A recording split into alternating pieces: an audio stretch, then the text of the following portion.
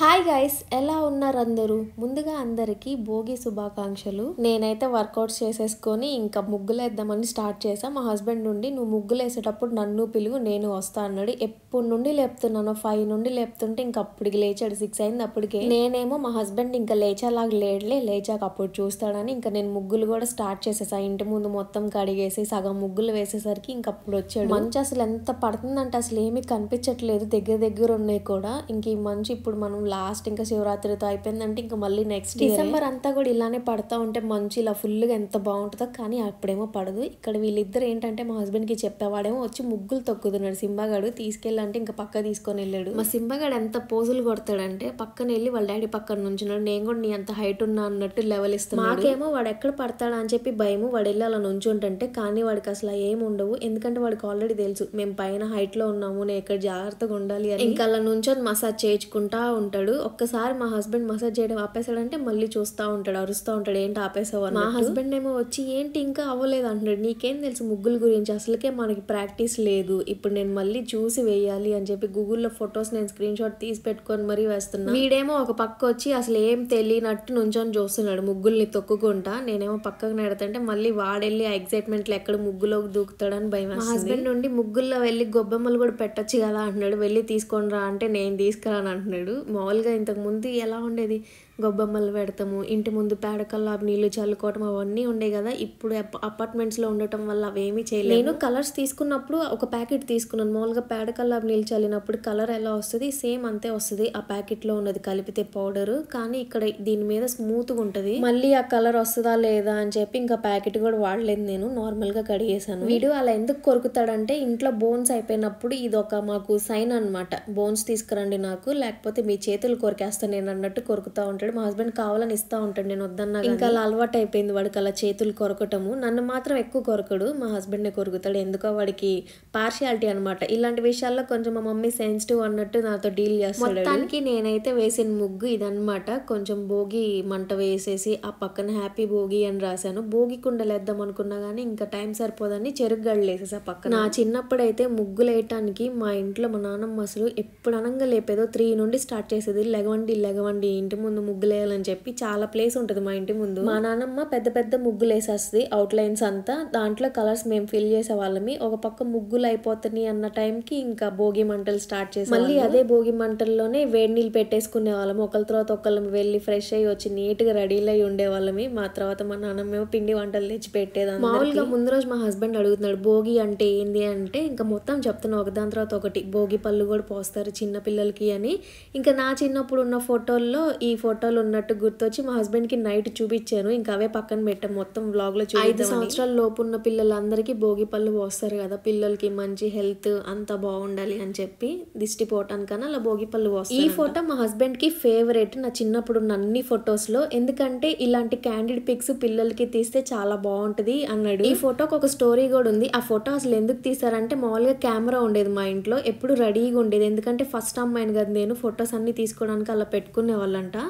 ఆ మార్నింగ్ లేచినప్పుడు మా ఇంట్లో మా బాబాయ్ ఎవరో ఫోటో తీస్తుంటే వచ్చి మా నాన్నమ్మ ఒక గుడ్డు నవ్వమ్మ అంటే ఇంకా అలా నవ్వానంట నేను. ఇదేమో నా అన్న ప్రశ్న అప్పుడు ఫోటో బుక్ పట్టుకున్నా నేను. కానీ మామూలుగా అడిగినప్పుడు ఎప్పుడు ఏం చెప్పాలంటే ఫస్ట్ నేను స్కెచ్ పెన్స్ పట్టు. నేను ఇంట్లో నుండి వచ్చేసేటప్పుడు నా సర్టిఫికేట్స్ తో పాటు ఈ మెమరీస్ ఉండాలని చెప్పి ఆల్బమ్ కూడా నాతో పాటు తెచ్చేసుకున్నా. ఏం తీసుకున్నా తేకపోయినా కానీ ఈ మాత్రం నాకు లైఫ్ లాంగ్ ఉంటాయి అని గుర్తుగా తెచ్చుకున్నాను. ఈ హెయిర్ కట్ మా మమ్మీ నాకు ఊరికనే చేసేదంటే, జుట్టు పెరుగుతున్నప్పుడల్లా అక్కడ మా ఇంటి ముందు ఫుల్ పూల చెట్లు తెగ పెంచేది మా నాన్నమ్మ. ఇంకా అలా గులాబీ చెట్లు అయితే ఎన్ని ఉండేవో మా ఇంటి ముందు. అసలు నా చిన్నప్పుడు ఉన్న ఫొటోస్ ఇంకా నా తర్వాత పుట్టిన వాళ్ళకి మాక్సిమం ఎవరికి ఇన్ని ఫొటోస్ అయితే లేవు. ఇవన్నీ ఒక్కో పోజ్ లో ఒక్కో వెరైటీలో దిగాను చూడండి. నేను అప్పటి నుండే ఫ్యాషన్ మళ్ళీ నాకు. ఇవన్నీ బట్టలు నాకు మా డాడీ ఢిల్లీ నుండి వచ్చేటప్పుడు తీసుకొచ్చేవాడు. అంటే ఇవన్నీ నాకు స్టోరీస్ మా నాన్న చెప్తా ఉండేది, నాకు అలా గుర్తున్నాయి. ఇక్కడ ఈ పిల్లలందరిలో నేను ఎక్కడున్నానో చెప్పండి. ఇంకా ఇది వచ్చేసి నా చిన్నప్పుడు హెల్దీ బేబీ కాంపిటీషన్స్ అని చీరాల్లోనే జరిగింది, రామపురం బీచ్ దగ్గర. అప్పుడు వెళ్ళి పార్టిసిపేట్ పార్టిసిపేట్ చేశాను. అప్పుడు నాకు 3.5 years ఉండుంటాయేమో. అసలు నా గెటప్ ఇది కాదు,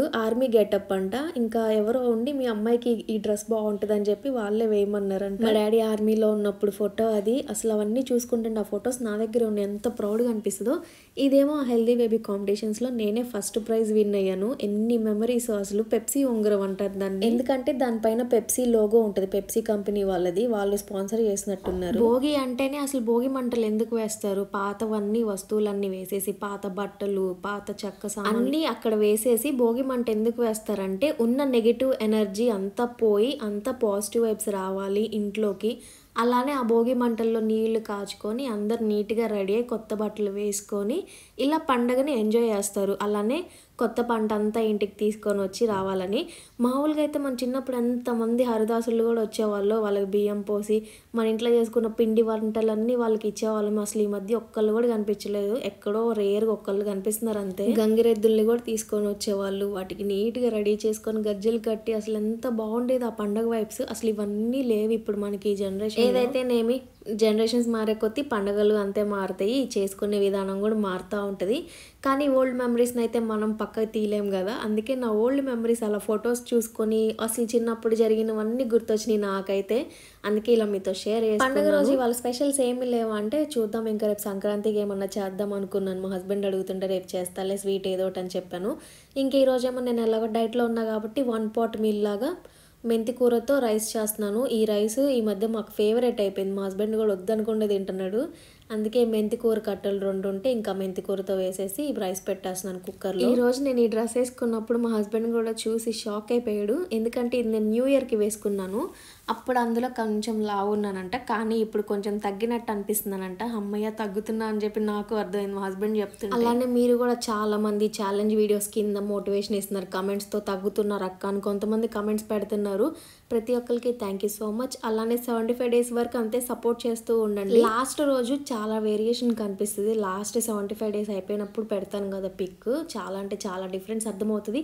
నేను కూడా దానికోసమే బాగా కష్టపడుతున్నాను. ఇంకొకటి ఈ మధ్య ఈ వంకతో ఈ ఛాలెంజ్ వీడియోస్ పెడుతున్నప్పుడు ఇంట్లో ఫుడ్ వండుకొని తినడం చాలా ఎక్కువైపోయింది. ఎక్కువ అనే కాదు, అసలు పూర్తిగా ఆపేసాం బయట ఫుడ్డే చెప్పాలంటే. బయటకు వెళ్ళాము తెచ్చుకున్నా కానీ ఫ్రూట్స్ అలాంటివి తప్ప ఇంకేమీ తెచ్చుకోవట్లేదు.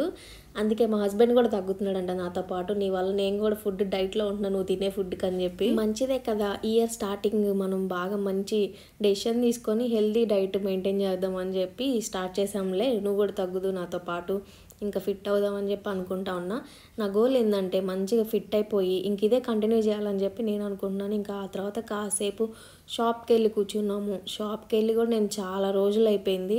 మా హస్బెండ్ ఇంట్లో ఏం చేస్తావులే నువ్వు వాకింగ్కి వెళ్ళే టైం ఇంకా ఉంది కదా అని చెప్పి తీసుకొని వెళ్ళాడు. మా ఇంట్లో పండగ అయితే ఇలా అయిపోయింది, బాగా హ్యాపీగా ఎంజాయ్ చేసుకున్నాము. ఇంకా మీ ఇంట్లో పండగ హడావుడి ఎలా ఉందో నాకు కమెంట్స్లో చెప్పండి. అలానే రేపు సంక్రాంతికి ఏం స్పెషల్స్ చేస్తున్నారు, ఇంట్లో పిండి వంటలు వండుకున్నారా లేదో కూడా చెప్పండి. ఇంకా షాప్ నుండి ఇంటికి వచ్చేసాక మేమైతే అన్నం తినేస్తున్నాము. కొత్తగా ఎవరైనా చూస్తుంటే ప్లీజ్ సబ్స్క్రైబ్ చేసుకోండి. అలానే వీడియో నచ్చితే లైక్ చేసి వెళ్ళండి, లైక్ చేయడం మర్చిపోతున్నారు. అలానే ఇన్స్టాగ్రామ్లో కూడా ఫాలో అవ్వండి. నెక్స్ట్ వీడియోలో కలుద్దాం, బాయ్.